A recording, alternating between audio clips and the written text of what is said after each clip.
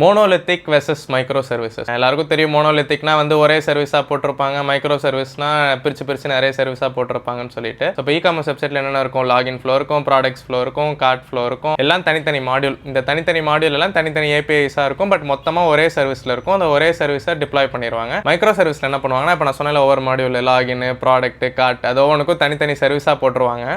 லாகினுக்கு ஆத் server, ப்ராடக்ட்டுக்கு product service, அந்த மாதிரி ஒரு சர்வீஸாக போட்டுருவாங்க. அதுக்குன்னு தனியாக ஒரு டேட்டா பேஸ் வேற கிரியேட் பண்ணிடுவாங்க. ஒவ்வொன்றும் வேற டெக்ஸ்ட் ஸ்டாக்ல கூட நீங்க எழுதிக்கலாம். மோனோலித்திக்ல அந்த அட்வான்டேஜ் கிடையாது. ஏன்னா ஒரே அப்ளிகேஷன் கோட் தான். இப்போ ரூபினா ரூபில தான் மொத்த கோடுமே எழுதி ஆகணும். இப்போ மைக்ரோ சர்வீஸ்ல ப்ராடக்ட் சர்வீஸ் கோலாங்ல எழுதிக்கலாம், கார்ட் சர்வீஸ் வந்து நான் நோட் ஜேஸ்ல எழுதிக்கலாம், ப்ராடக்ட் சர்வீஸ்ல நான் மாங்கோடிபி யூஸ் பண்ணிக்கலாம், கார்ட் சர்வீஸ்ல நான் எலாஸ்டிக் சர்ச் யூஸ் பண்ணிக்கலாம். இப்போ இதுல என்ன பிரச்சனைனா, இப்போ நீங்க எந்த ரிக்வஸ்ட் உள்ள வந்தாலும் என்ன பண்ணுவீங்க, யூசர் டோக்கனை வேலிடேட் பண்ணுவீங்க, ஆத்தரைஸ்ட் யூசரா எல்லாமே பார்ப்பீங்க கரெக்டா. ஸோ இந்த ஒவ்வொரு சர்வீஸ்லையும் நீங்க அந்த வேலிடேஷன் எல்லாமே பண்ணணும். கிட்டத்தட்ட டூப்ளிகேட் கோடு கரெக்டா. இது எல்லாத்துக்கும் முன்னாடி ஒரு சர்வீஸ் வச்சிருவாங்க. அது வந்து கேட்வேன்னுவாங்க.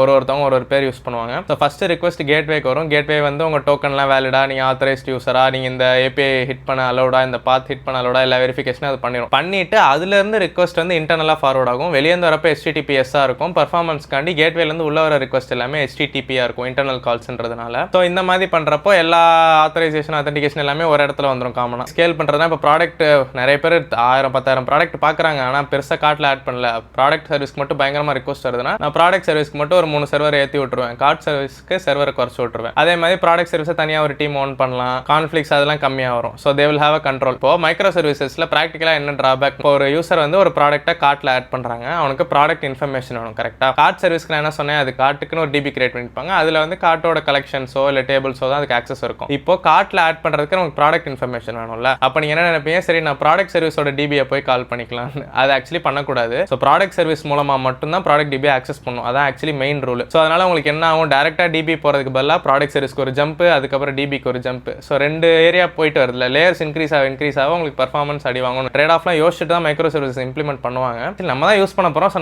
நமக்கு ஏத்தாப்புல மாத்திப்போம்னு சொல்லிட்டு டேரக்டா ப்ராடக்ட் சர்வீஸ் கொரி பண்றவங்களும் இருக்காங்க. அப்புறம் நான் முதல்ல சொன்ன கேட்வேல வரும். அது இதே தான் கேட்வேல ரிக்வஸ்ட் வந்து அங்கிருந்து ஒரு ஜம்ப் ஆகி ப்ராடக்ட் சர்வீஸ்க்கு வந்து ப்ராடக்ட் சர்வீஸ்ல இருந்து போகும். அதே மாதிரி இண்டிவிஜுவல் மைக்ரோ சர்வீஸ்க்கு தனித்தனி பில்ட் பைப்லைன் இருக்கும். இப்போ நீங்க மோனோலித்திக்னா ஒரே பைப்லைனை போட்டு விட்டு அது ஒன்று டிப்ளாய் ஆயிரும் போட்டுருவீங்க. இப்போ நீங்க கோலாங் ஸ்பெசிஃபிக் பைப்லைன் எழுதணும், கோலாங் ஸ்பெசிஃபிக் டாக்கர் ஃபைல் இருக்கும். ஸோ எல்லாமே இண்டிவிஜுவல் பைப்லைன்ல இருந்து எல்லாமே இண்டிவிஜுவல் தனியாக ஆயிரும். எல்லா ஐடியோட டிசிஷன்ஸ்லயுமே ட்ரேட் ஆஃப்ஸ் இருக்கும். நம்ம யூஸ் கேஸ்க்கு எந்த ட்ரேட் ஆஃப் மோர் மேனேஜபிள்ன்ற ஆங்கிள் தான் டிசைட் பண்ணும். எந்த ஒரு ஆர்கிடெக்சருமே perfection to the core mostly இருக்காது. அது இல்லாமல் மைக்ரோ சர்வீசஸ்ல இந்த டிபியை டைரக்டா கொரி பண்ணாம அந்த ஏபிஐ மூலமா வரணும், அந்த மாதிரி இதுக்கு என்ன பண்ணுவாங்கன்னா, சம்டைம்ஸ் வந்து அந்த சர்வீஸ்ல இருக்க டேட்டாவை இங்க சிங்க் பண்ணிப்பாங்க. கியூ மூலமா ஈவென்ட் பேஸ்டு ஃப்ளோஸ் இருக்கும். இந்த மாதிரி நிறைய அதுக்கு மேனேஜிங் வேஸ் இருக்கும்.